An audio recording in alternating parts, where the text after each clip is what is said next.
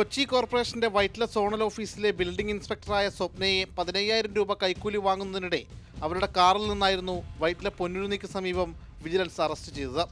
കാറിൽ നിന്ന് 45,000 രൂപ കണ്ടെത്തുകയും ചെയ്തു. സ്ഥിരം കൈക്കൂലി വാങ്ങുന്ന സ്വപ്നയെ വിജിലൻസ് സംഘം കുരുക്കുകയായിരുന്നു.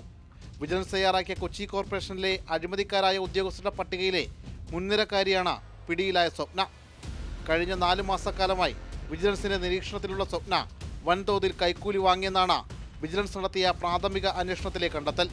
ഇത് സംബന്ധിച്ച് വിശദമായി ചോദ്യം ചെയ്യാനാണ് സ്വപ്നയെ വിജിലൻസ് കസ്റ്റഡിയിൽ വാങ്ങിയത്. സ്വപ്നയുടെ സ്വത്തുവകകളിലും വിജിലൻസ് പരിശോധന നടത്തുന്നുണ്ട്. 2019 തൃശൂർ കോർപ്പറേഷനിൽ ജോലിയിൽ പ്രവേശിച്ച സ്വപ്ന 2023 വൈറ്റ്ല സോണൽ ഓഫീസിൽ എത്തുന്നത്.